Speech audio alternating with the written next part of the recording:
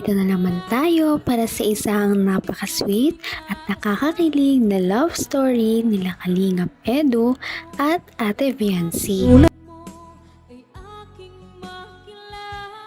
Sa pagpapatuloy ng ating love story ay talagang kinilig ang mga viewers dahil new adventure ang vlog na ito para sa Kalingap Edu and Viancy love team.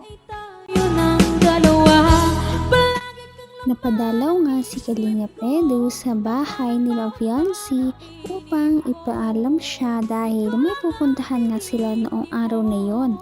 Hindi niya pa sinabi kung saan ito, ngunit pinaalam niya sa kanyang papa na may pupuntahan muna sila ng saglit at ihahatid niya din daw si Viancy pauwi.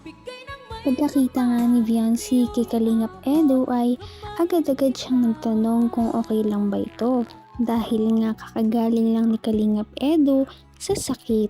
Kaya naman concern na concern ang dalaga sa binata.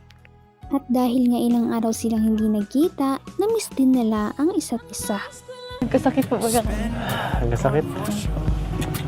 Ayos na po yung pakiramdam mo. Sama pa nga eh. Sige na po. Wala kasi, ang tagal gumaling at wala nag-aalaga.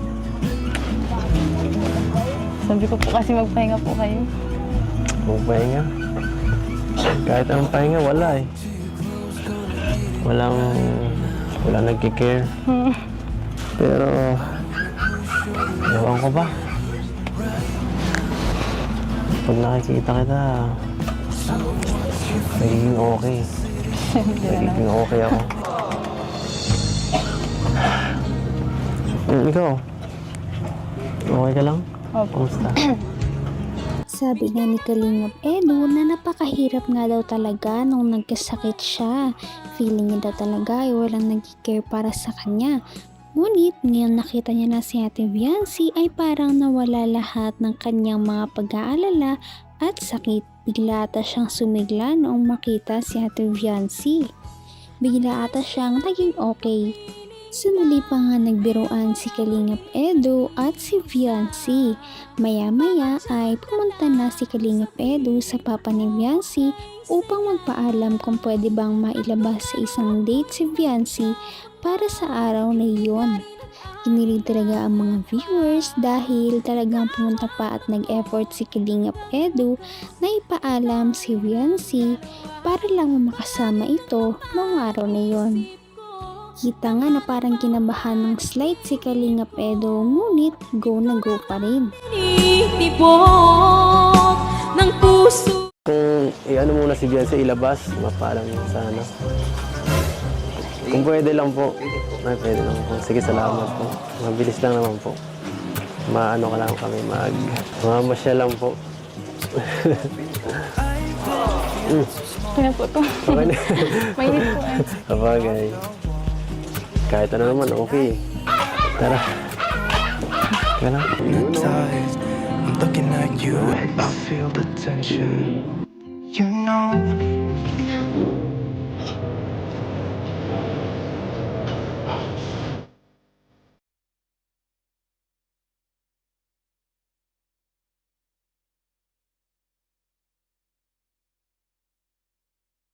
Intertwine.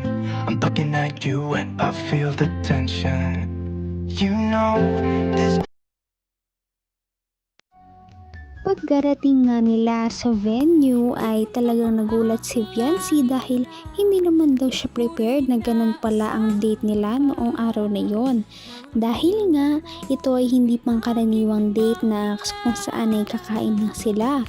Dito ay nagkaroon sila ng isang couple photoshoot. First time nga lang daw ito ni Viancy kaya naman talagang kabang-kaba siya sa mga mangyayari at hindi nga daw siya prepared. Sana naman daw ay sinabihan siya ni Kalingap Edu para makapag-prepare man lang kahit konti. Ngunit bawi naman ni Kalingap Edu na okay lang yon dahil kahit anong gawin sa kanya, kahit anong mangyari ay maganda talaga si Viancy at walang makapagpabago doon. Maya-maya pa kahit na hindi sanay ay talagang sumabak na sila sa kanilang photoshoot at kilig na kilig ang mga viewers dahil sa kanilang napakalakas na chemistry.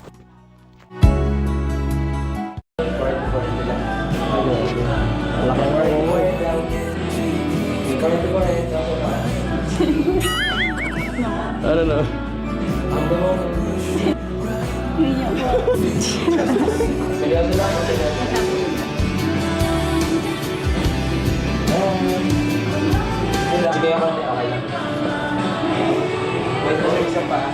Okay na yun, ma'am. Nakagano ka. Sandal ka. Konti lang, konti lang. Okay, good. Ready? 1, 2. Okay lang, nakahawa ka sa balikat niya. Yan. Oh, sige. Sandal. Isa pa. 1, 2. Kuya, tingin ka sa kanya. Kunyari, sisilip pa siya. Ma'am, gano'n ka ulit. 1, 2. Harap ka dito, harap ka dito. Tapos ikaw, ma'am, dito. Para yung shadow. Grabe naman sa level up ang kanilang date ngayon dahil talagang ang dami nilang mga sweet poses na magkasama. Kaya naman talagang kinilig ang mga viewers dahil sa kanilang mga ginagawa.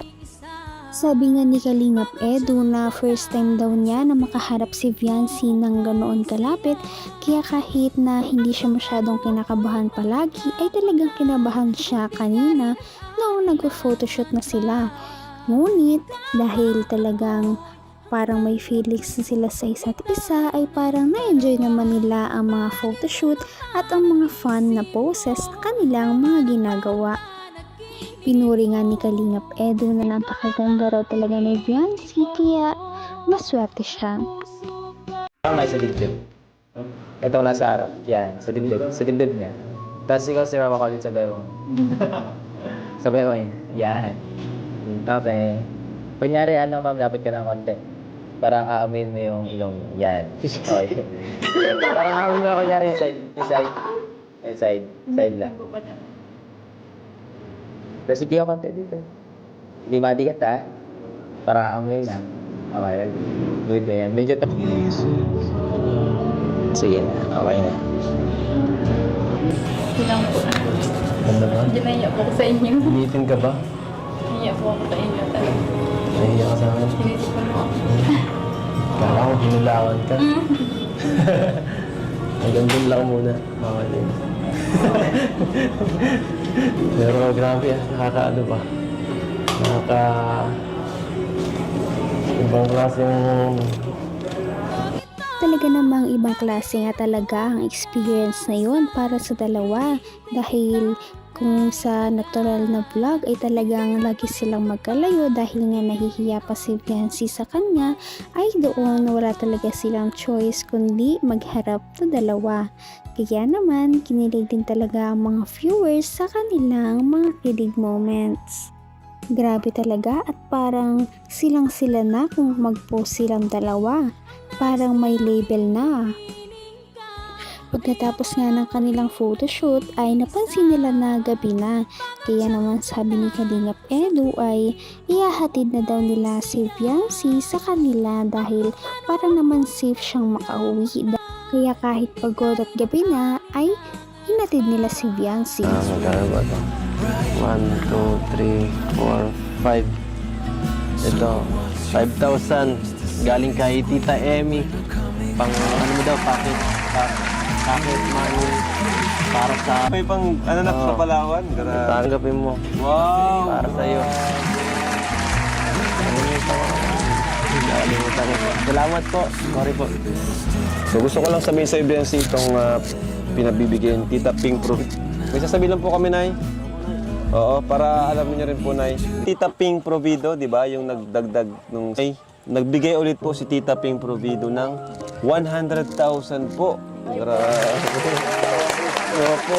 Pandagdag daw sa pabahay. At ang sabi ko niya sa akin, baka ito yung bahay nila Viancy.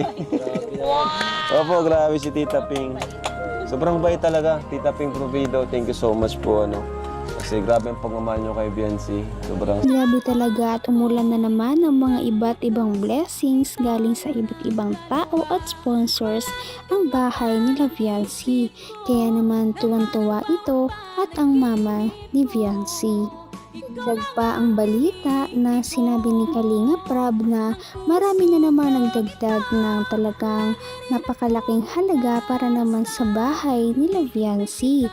Meron pa nga nagdagdag ng 150,000 at may mga tig 50,000 para lamang mabuo ang bahay ni Viancy.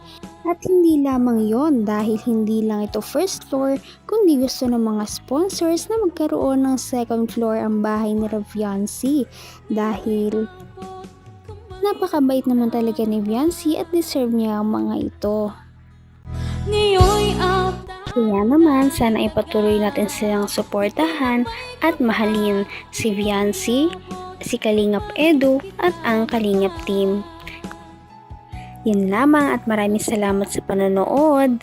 Abangan natin kung magkakatuluyan ba talaga si Kalingap Edu at Viancy. Hanggang sa muli. Bye! Ngayon'y abot